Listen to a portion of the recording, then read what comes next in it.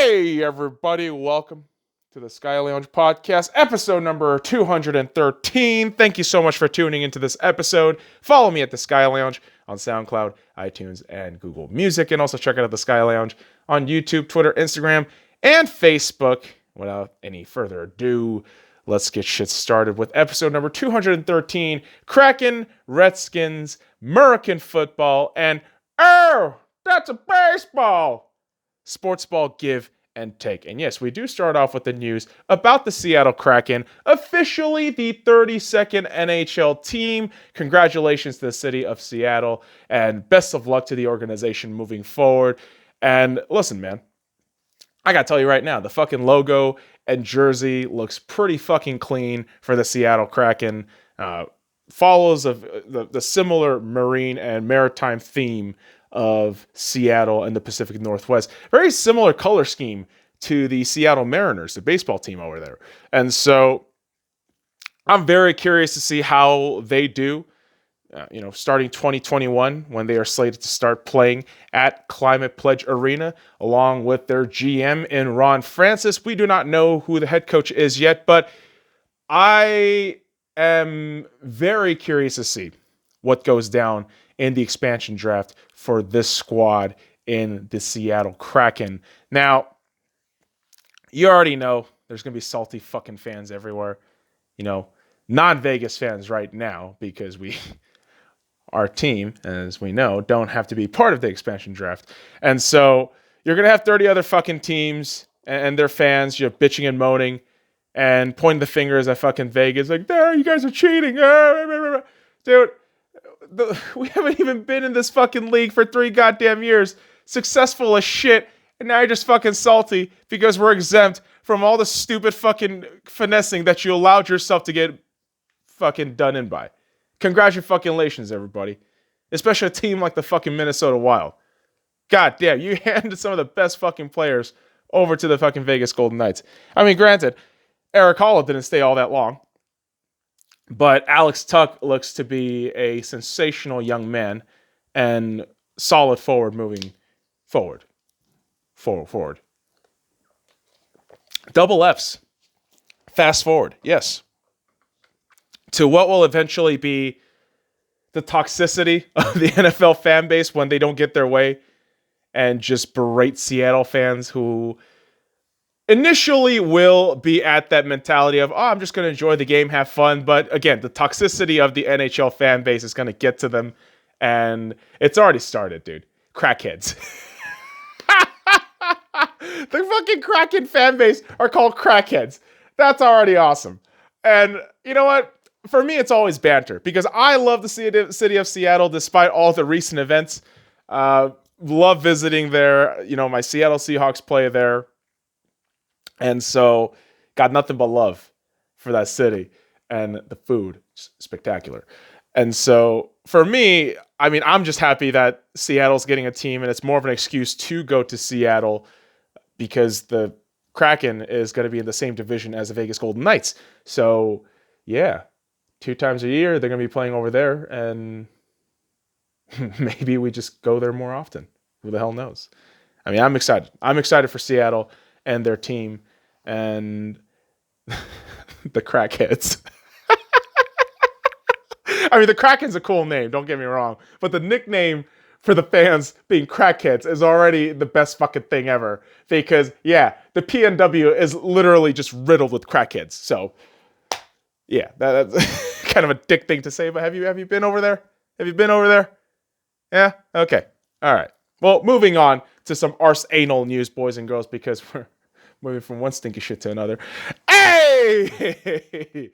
Well, okay. So to be fair, the new kits announced by Arsenal aren't shit. All right, I will admit that. It's the home jerseys from Adidas that Arsenal unveiled yesterday. And you know what? They look like the combination of the home jersey from this season and the away jersey from this season, and just kind of this mishmash thing. And as cool as it looks, I don't think I'm going to put any fucking money in it, the first 10 months. Because by this time, next year, the fucking jerseys are going to be under $50. in any goddamn retail online. And yeah, there's no fucking reason to just oust the goddamn money right now. Although, if you do want to get yourself a fresh number 7 jersey, it's going to be under a new boy under the name of Bukayo Saka. And god damn it, this fucking panel thing is backing out here.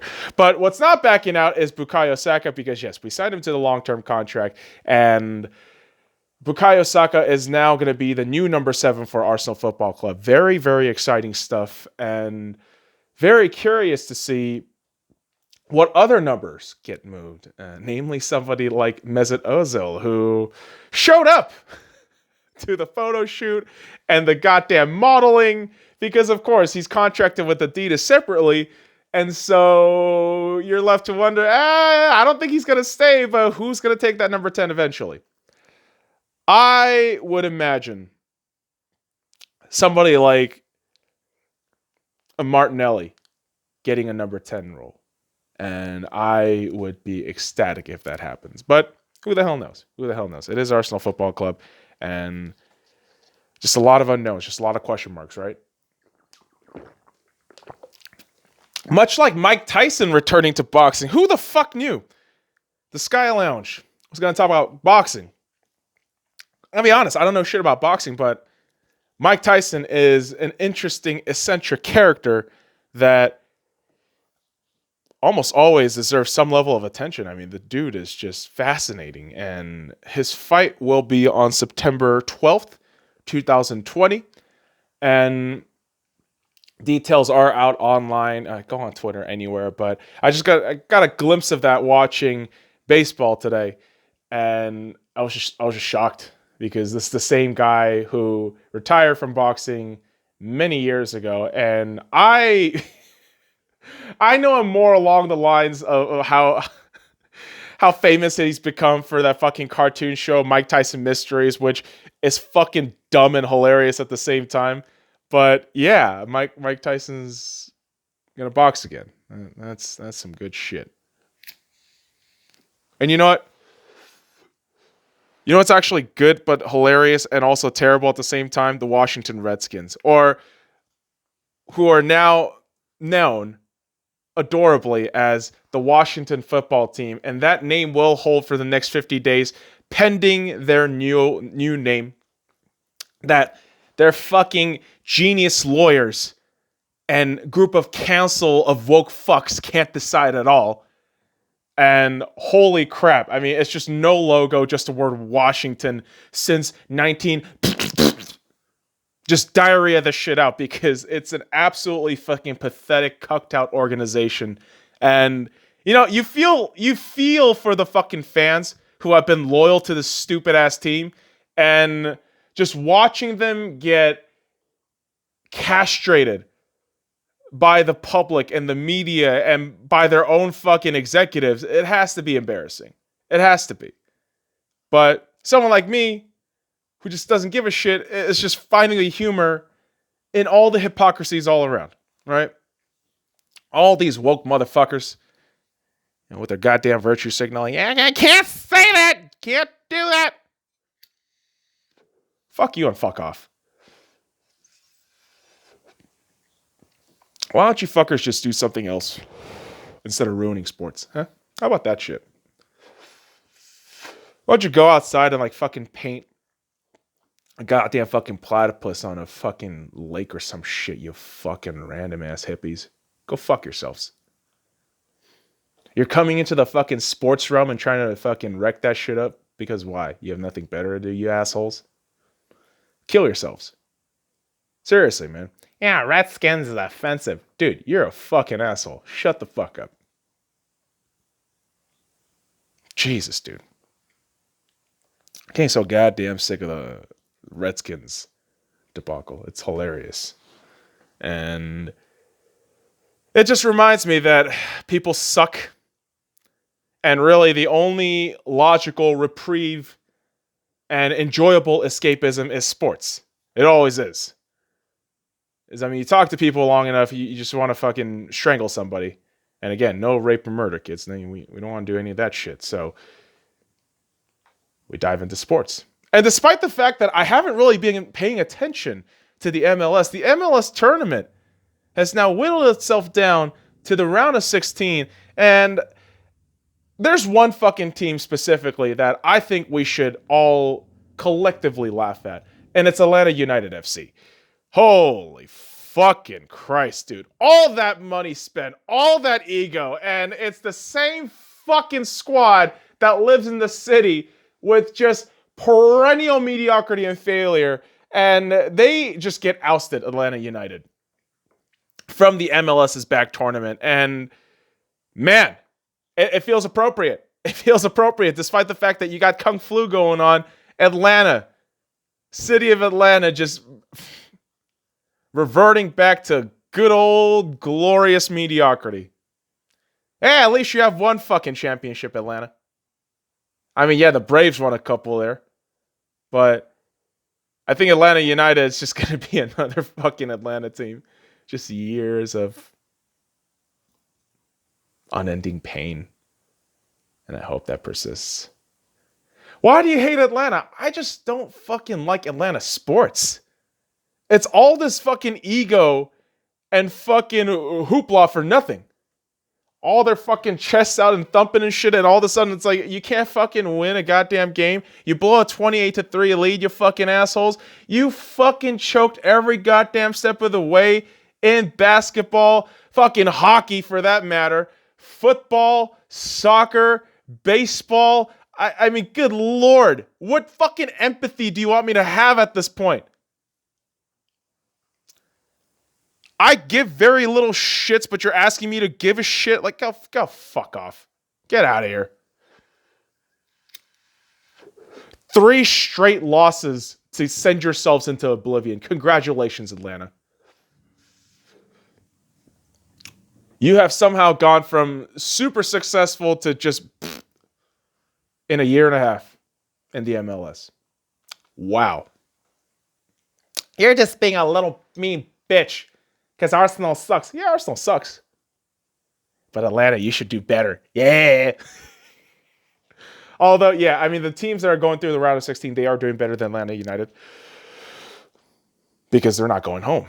They're going to continue to play. And as of tonight, the round of 16 is set. And let's go ahead and read off some of these fixtures. And I find some of these very interesting, although some of them I don't really have a lot of opinion about.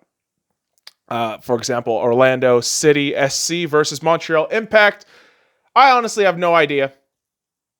But Montreal Impact seems like an underdog team that people should be taking a look at, but we'll see what the hell happens. Philadelphia Union versus New England Revolution. How curious, right?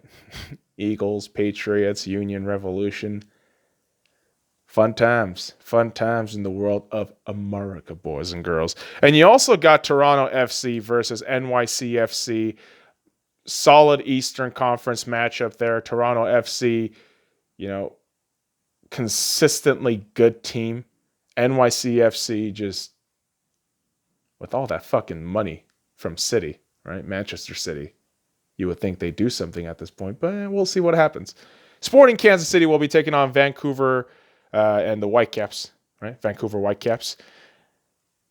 I honestly don't know anything about these two squads, so curious to see what happens there.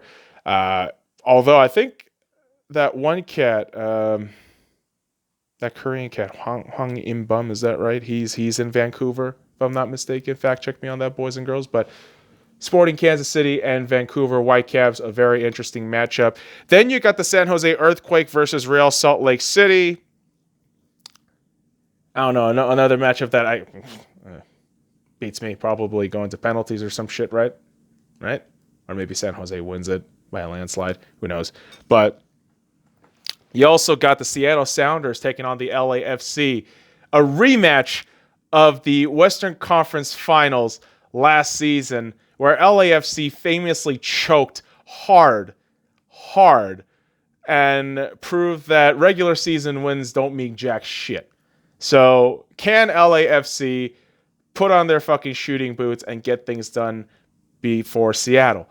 I don't know. Maybe they will. Maybe they won't. I mean, Seattle is one of those resilient teams in recent years with Jordan Morris, the coaching staff, and the entire squad, really, where you see them. And there's such a great foundation of teamwork there. And I mean, winning a championship also, fucking solidifies that bond, right? So they are going to be the defending champions again, taking on LAFC, a rematch of the Western Conference Final, and that should be a good matchup. That should be a really great matchup. But my money's on Seattle. My money's on Seattle to beat LAFC, and I hope that is also the case emotionally. I don't really care much for LAFC. So, yeah, let's talk about the next matchup here. Columbus Crew, Minnesota United FC. Both have been a very surprisingly great team in each respective conferences. And who knows? Minnesota United, new rivals in the MLS too. So they should be an interesting bunch. Along with the final pairing in the group in the round of 16, I apologize, in the Portland Timbers and FC Cincinnati.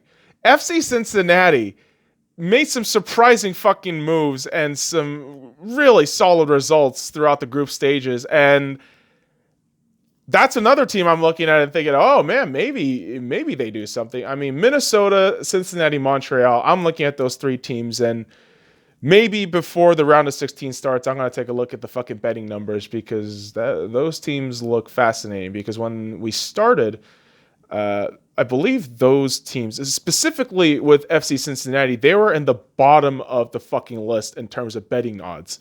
So very interesting to see how this all whittled down to the round of 16. But yeah, I'm definitely pulling for the Seattle Sounders, but it's fucking playoff soccer. Right, round of 16, tournament style, bracket style, knockout fucking sports ball, man. That's what you want to fucking see. And hopefully the numbers are good for the MLS, because, soccer, it's a great sport. And hopefully there's some interest there via ESPN. But we know the NBA scrimmage gets more attention than the MLS. That's some brutal truth. I mean, I'm a huge fucking soccer fan, but I know goddamn well, an exhibition game for the NBA or the NFL is, I mean, in a fucking huge disparity, much more popular than soccer. And yeah, that's the thing with the NBA scrimmage right now. There's a lot of teams, going about head to head. And for me, I only care about the Lakers because I'm a Lakers fan. No shit. But what I'm noticing a lot right now is the NBA's just blatant, I don't know, just forcing of Zion Williamson to our face, trying to be the poster child of the league, and it's fucking nauseating. Can you stop that shit?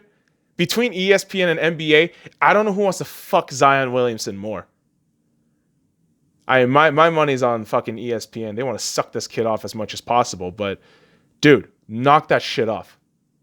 Try to cover every fucking team as fairly as you can. And I'm saying that as a Lakers fan who, by the way, I don't really want to fucking see the Lakers every goddamn time on ESPN either. There's a whole fucking channel dedicated to that shit, and it's called Spectrum Sportsnet. And, shout out to the crew right there, man. I mean, I love when they cover the Lakers. They know their shit about the Lakers. But ESPN, you got to balance your shit out. Talk about the Pacers. Talk about the Spurs. Talk about the Suns. Talk about the fucking teams like the Kings. And the fucking, oh, God, who the fuck is that shit? The Wizards and shit, man. There are other teams that you can fucking talk about. But no.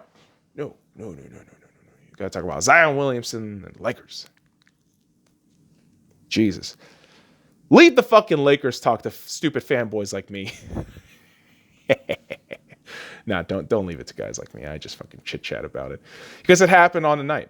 And, even if it's a scrimmage, it's nice to have the NBA back in a sense. The sport of basketball in our presence and in our minds. It's a beautiful thing, man. And although the Lakers lost to the Mavericks 108-104, I don't care. It's an exhibition game. It's a practice/scrimmage game. And for me, the real shame was there was no Alex Caruso. Although Dion Waiters was a nice surprise. He had a pretty decent enough game. But yeah, I don't really take the scrimmage shit too seriously. I'm just glad that nobody's injured and we could just move on into the next few games. And then eventually, July 30th, we're going to have the real fucking deal against the Clippers. So, save all the salt for later, kids. We got to watch our fucking sodium level. Because I'm fat as shit, man. Eating all that fucking food. All that good shit. Smoking all that weed. Trying to have a good time in the house. But, unlike me, the Toronto Blue Jays are basically homeless. But, there has been talks with Maryland and Connecticut for potentially hosting Blue Jay home games in the States there. So maybe things work out, maybe things don't. Who the fuck knows? Who the fuck cares? It's the goddamn Blue Jays. And I know that all the fucking Toronto fans are going to get their fucking panties in a bunch, but what the fuck have you fuckers done? You got Hyunjin Ryu right there, but is the rest of your squad going to show out? Maybe. I mean, all you got to do this season is show out 60 fucking games. And you could be part of the fucking expanded playoffs, which, by the way, the MLB announced today, fucking ratified that shit with the owners. And these are the details of the expanded playoffs. You're going to go from 10 teams to 16. The first and second team in each division qualify for the playoffs as the top 6 seeds. Top 3 seeds will be given to division winners, obviously, and final spots will be based on best records, right? So you're going to have your fucking 16 teams settled right there. And the format for the playoffs will be as such: best of 3, best of 5, best of 7, and best of 7. So, yeah, all you got to do if you're a mediocre team is just show out. 60 fucking games this season. Compared to 160 something fucking games, yeah, dude, do it. A team like the Seattle fucking Mariners, get to the fucking postseason for once. Can you fuckers do that? Huh? Maybe the Angels, can you fuckers do something? Rockies? Anybody out there? Maybe Detroit this year? Who the fuck knows? Who the fuck knows, man? Because opening day was today, motherfuckers. July 23rd. Opening day. Yes, yes, yes. And we started with the first game of the evening, where the New York Yankees beat the Washington Nationals 4-1. Giancarlo Stanton with the first home run of the season. And the game inevitably being stopped due to weather conditions in the 6th inning. And yes, the cunt Garrett Cole gets a win. His first win as a Yankee. Despite the fact that Max Scherzer was playing lights out today. 10 fucking strikeouts. I mean, what a fucking beast. But the defending World Series champions were not able to hold off the Yankees, and they were not able to hold off the weather. Although they were able to comfortably bring in Dr. Fauci. Dumb fuck. Just throwing the goddamn baseball all the way to the other fucking side there. Oh my God. I'm a famous doctor. Congratulations, asshole. Here's your fucking free clout. You want your fucking dick sucked too, you fucking prick? Get out of here. Dumbass. I can't stand that shit. You fucking Oprah cultist fucking prick. Where's that rage coming from? I don't know, man. I don't know. And the ironic thing is I cheer for the 2 fucking teams in Hollywood. So it's weird. It's a weird thing. But yeah, I'm a diehard Dodgers fan, and I had a blast watching the Dodgers beat the shit out of the Giants 8-1 today. 8-1, baby. Opening day. And yeah, unfortunately, on opening day, Clayton Kershaw was placed on the injury list scratched with a back problem hours before the game started, and Dustin May, young man who was a rookie last season, went ahead and started opening day, and I thought he did well. I thought he did pretty well. Of course, gave up that run in, I believe, the third inning. But eventually the Dodgers found their way. The very next inning, Kike Hernandez ties it with a score. But in the seventh inning is where the Dodgers really were pouring it on. I mean, it starts with Mookie Betts, then Belly, then, the fucking Thor man, JT himself, and Kike again. I mean, Kike was on fire. Or as we say in the Dodgers fandom, Kike Hernandez and Fuego, my friends. Always. Good Lord, Kike was absolutely immaculate today. And yeah, when you see in that seventh inning, the score just go from 1-1 to fucking 6-1, you're just thinking, okay, cool. We're going to fucking beat these assholes, no fucking problem. And yeah, dude, I love the fact that the Dodgers were able to put up such a fucking high score line on opening day, national broadcast, and despite not having Clayton Kershaw, you showed out, with your fucking hitting squad, man. I mean, that shit just came out in the seventh inning, and it was just lights fucking out.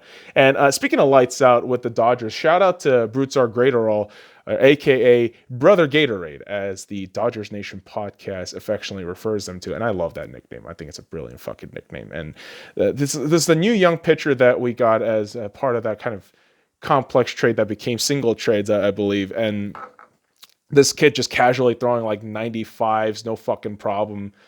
Seems like an excellent addition to, an obviously questionable pitching crew with the Dodgers. I mean, you might not like me saying that shit, but we see it every fucking postseason. So hopefully, Brother Gatorade provides a bit of juice, and also hopefully the Dodgers can keep up this fucking,